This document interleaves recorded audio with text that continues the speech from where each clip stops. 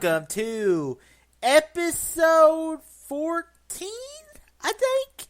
Let me check on that real quick. It might be episode 14.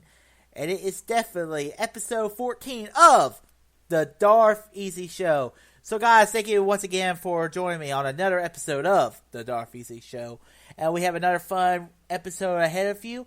It's probably going to be a short episode. Sorry last week I was a little slow and behind on it. But hey, things happen, and my brother was in town last week, so I didn't get my last episode out till Saturday, really Sunday morning, I guess in the really late hours of Sunday or Saturday night or early Sunday morning. So this is the 14th episode, so once again, I'm glad for everyone who has joined in to listen. And if you're new to the show, I'll break it down how it works. I don't do this every episode, but hey, let's just do a little refresher course since it is a new month. It is August now. Alright, so each week I do is I talk about all the movies I saw in theaters or the classic movie I see. Then I break down the week of TV, all the TV shows I've watched. Then I talk about video games, any video game I'm playing. Break down the anime, basically the same thing as my TV. I usually only watch about one or two anime. And then I talk about the book I'm reading. And then I talk about what's coming up next week for the Darth Easy Show. So guys, make sure you stay tuned each week. Also make sure you follow me at DarthEasy2 on Twitter. I post updates of what I'm doing for every week. Also, if you're feeling generous, go support me on Patreon. So let's talk about the movies. So I actually did not go see a movie this week at theaters. There was two options. There was first the Emoji Movie. Ha! I'm not seeing that. So my other option was to go see Atomic Blonde. And I was actually going to do it, but then I was just like, I'm tired. I need a break. So I decided I'm going to take a week off and go see that. Probably never see that. Probably see it maybe online or on Netflix sometime. But I just didn't feel like going to the theaters this week. It's a little bit of a drive, and I didn't feel like going. So, instead, all I have this week for the week of movies is the classic movie review. And now it's time to talk about which was the Easy Cage movie of the month. Chosen by Darth Easy himself. Oh, that's me. The movie I chose to watch was Apocalypse Now. And the reason I want to do a war movie, mainly because Dunkirk was coming out, but I got lazy. I fell behind. It was a 3-hour movie, so a lot of that's on me for picking such a long movie to watch. But hey, it's a movie I had to watch. So this movie is directed by Francis Ford Coppola, who even has a little small cameo in the movie. It's starring Marlon Brando, Martin Sheen, what's his name? Robert Redford. And it's a story of this guy. He's in the army. He's told to assassinate a colonel who's in the military who's kind of gone rogue, and they need him silenced. I've read a lot up about Apocalypse Now. When I was reading a book a couple years ago called How Star Wars Conquered the Universe. And one day I was reading a lot about was Apocalypse Now, because George Lucas, Francis Ford Coppola, Steven Spielberg all went to school. They went to USC together, and Lucas and Coppola were working on the script for Apocalypse Now for a while. And before Lucas got involved with Star Wars, he was going to work with Coppola to do Apocalypse Now. Then it turned out he made a little space movie instead. So I had to say I liked this movie. I didn't love it, and I'm a little disappointed in that. Maybe it was just I was a little tired, but I think I like Coppola's other movie, like The Godfather. I love The Godfather. I'll actually be reviewing that, I think, in October for my classic movie review. It might be September, actually. But anyways, I really, really enjoyed Apocalypse Now. Some of the scenery, some of the scenes you see are just so, visually wise, are just amazing. And I just really, really enjoyed that part of the movie. Just you see the helicopter, the music. It's just iconic, and just to think, this is the era of Hollywood where, like today, a lot of that would have been CGI'd and it would look terrible. Like movies like Independence Day, I think do not hold up to today because the CGI just looks terrible. In Apocalypse Now, they have to do all that physically. And I was just astounded by just the filmmakers, the work put into that movie. I was just so impressed by that. And the performances in this movie were just so good. I thought Martin Sheen was really good. And one that it's an anti-war movie because it's made in 1979. Vietnam, it's over. It's been over for, I guess, probably 7 years by now. And people did not glorify the Vietnam War over like World War II when the veterans got home. They were celebrated as heroes. After people got back from the Vietnam War, it was just a different experience altogether. People were not happy about it, and it shows in this movie that these characters they're completely haunted by their war, how it changes them. How Martin Sheen, he said at the beginning of the movie, he says he went to war and it completely changed his life. He didn't have his wife anymore. His wife and him got a divorce, and the war completely changes your outlook on life. And that's one thing I really appreciate about Apocalypse Now. It wasn't glorifying war or anything, and like I said, Apocalypse Now, it's a movie I think if you consider yourself a film buff, I think you have to watch Apocalypse Now. It's not the greatest movie by chance, but I do think it is a movie you have to see. So I have not figured out my score. I'll be figuring that out tomorrow. Make sure you tune back in Sunday on the Darth Easy YouTube channel to find out my full review of Apocalypse Now. And now it's time to move on to TV. This is everything going on in the world of television. I have 3 shows talking about, so let's begin. Now talking about everyone's least favorite reality show, Big Brother 19, episode 16. This was the Temptation competition and nomination 5. I don't know why I get that number. It's the only episode of Big Brother I had to talk about because I was late last week, so I got to do a little more Big Brother than I actually want to. This episode, you basically had the couple, Cody and... Wow, I'm blanking on her name. It's just showing how much I don't really care about this show. I like Big Brother, I know. People will probably say, why are you talking about this show? No one cares. I enjoy it. It's a little fun. It's come on 3 times a week. Something to watch during the summer. It won't be in my top 10 television shows by any matter of mean. But it's still a little enjoyable show. It's no Survivor. So episode, basically, the 2 couple get nominated. And the week's basically useless. So I'm done talking about Big Brother for now. Now let's move on to last week tonight with John Oliver.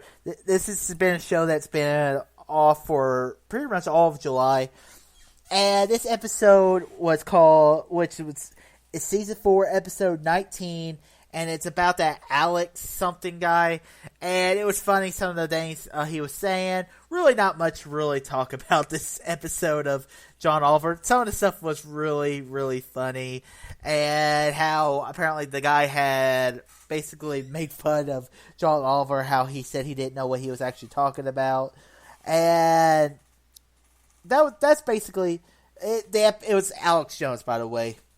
So that basically ends the week of John Oliver. I like the show. It's funny. Now it's time to move on to the main event. That's right, the main event.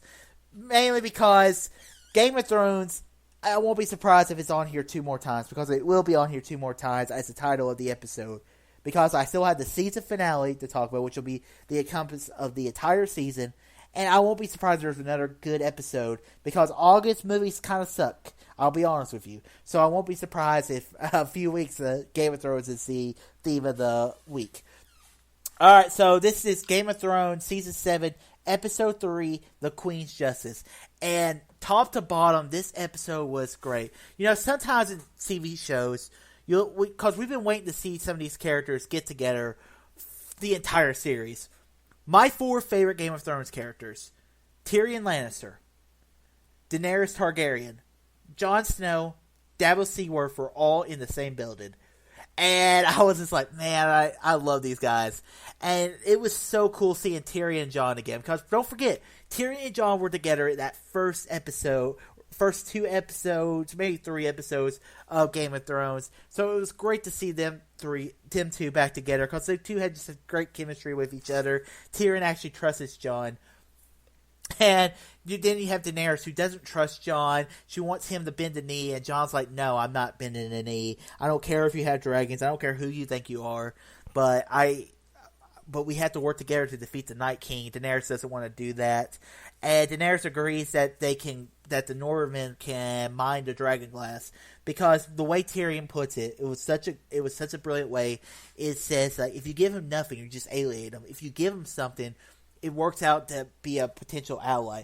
And it looks like that's something that's going to come up probably next week, because the war for Dany is not looking good. At the end of last episode, we saw that Tyrion's, that the Greyjoys, the Dornish, have been captured by Euron Greyjoy, which is they're now working together with Cersei. And just some of the scenes that happen where you have Cersei just basically torturing Elara Sand. It's just so bad, and how she basically killed her daughter, and it's going to make her see her body rot. It's just such a... when Cersei was doing all this stuff, I just started clapping, because she is just a bitch. And I don't want to say the word I really want to say, because it's I don't want to. This is just it's a dark word, and I won't say it on my podcast. But I think you can allude. It kind of starts with C.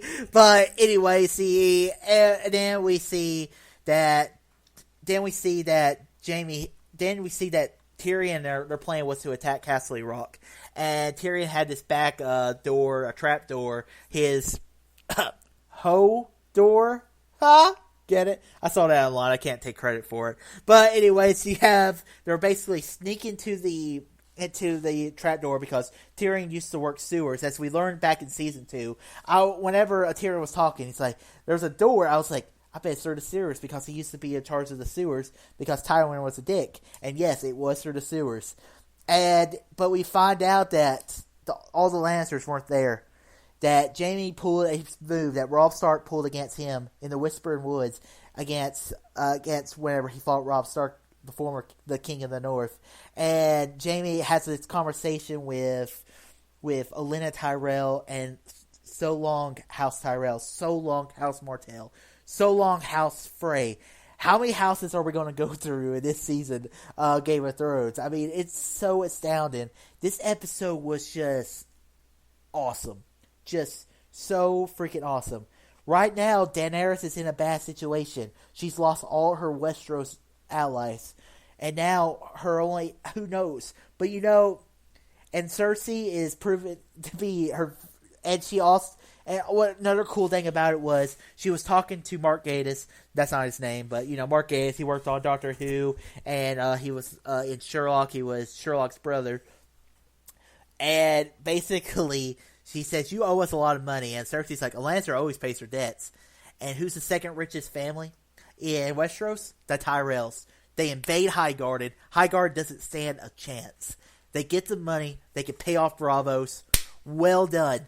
And then you had that famous conversation with Jaime and Olenna, and basically it was great. It was a great scene. I love the Queen of Thorns. I thought her character was so cool, and just how she says at the end, after she knows she's dead, she's like, tell Cersei it was me. Let her know I killed Joffrey. And it was just such a great moment. And I'm looking forward to the rest of this season. We only have 4 more episodes left, but my God, what an episode. I can't wait to see what happens next, because I have no idea what's going to happen next. So now it's time to move on to video games. Really, the only video game I'm playing right now is Dragon Age Inquisition, playing as a dwarf. Not really much to talk about. I've reviewed it on my channel. There's not really much new to talk about. Anime, don't have any anime to talk about. So next week I will have an episode of Boruto to talk about. I might start an anime eventually. I'm thinking about rewatching Attack on Titan. But for now, let's move on to books. Ahsoka, I've read a chapter. Still slowly getting into. I really want to get the new Star Wars book by Christina Godin.